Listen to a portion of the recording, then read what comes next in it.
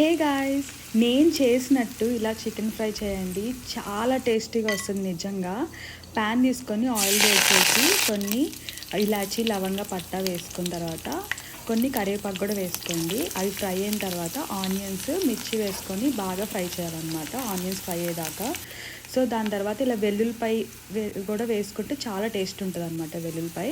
దాని తర్వాత అల్లం వెల్లిపాయ పేస్ట్ వేసుకొని అది ఫ్రై అయిన తర్వాత ఇలా చికెన్ వేసేయడమే.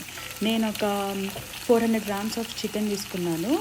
సో చికెన్ బాగా వాష్ చేసి ఇలా చికెన్ వేసాక అలా వాటర్ వస్తాయి అనమాట. చూడండి, ఒక 5-10 మినిట్స్ తర్వాత వాటర్ వస్తాయి. అవి కూడా చికెన్ ఇంకా బాగా మగ్గాలి.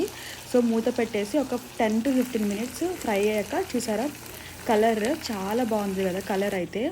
సో దీని తర్వాత నేను చూపించే ఐటమ్స్ అన్నీ వేయాలన్నమాట. కారం, ఉప్పు, మిరియాలు అయితే ఎక్కువ వేసుకోండి, అలాగే కొరియాండర్ పౌడర్, క్యూమిన్ పౌడర్, ఇంకా గరం మసాలా వేసుకొని జస్ట్ ఒక 5 మినిట్స్ అలా అటు ఇటు వేయించండి అంతే.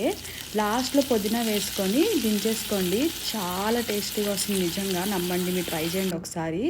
మేము ఆ రోజు కొబ్బరి అన్నం చేశాను అనమాట. ఆ రెసిపీ కూడా నేను ముందు షాట్లో పెట్టాను, మీకు కావాలంటే చూడండి. చాలా ఈజీ అండ్ సింపుల్, టేస్టీగా ఉంటుంది. సో ఈ కొబ్బరి అన్నంతో మేము చికెన్ ఫ్రైని బాగా ఎంజాయ్ చేసాము.